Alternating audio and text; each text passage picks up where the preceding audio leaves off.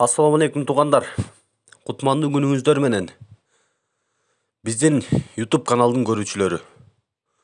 Бүгүн Бишкек шаарында аэропорт жолундагы Учкун 2 конушунда койлор козулары менен сатылат дейт.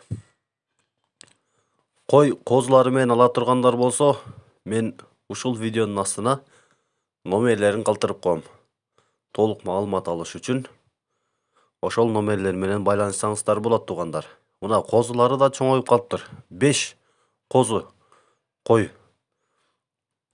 Адан дагы бир породалуу афган козу кочор бар экен. Кочкор алам дегендер болсо дагы байланышыңыздар. Азыр ошол кочкорду дагы көрсөтөбүз сиздерге. Жаш козу кочкор экен. Азыр бул туугандар Учкун 2 айылында, аэропорт жолундагы. Бишкек шаары, Учкун 2 айылы. Мына туугандар кочкор, козу кочкор. Дезе. Түзүк. Куйругу бар экен. Чалыңыздар туугандар.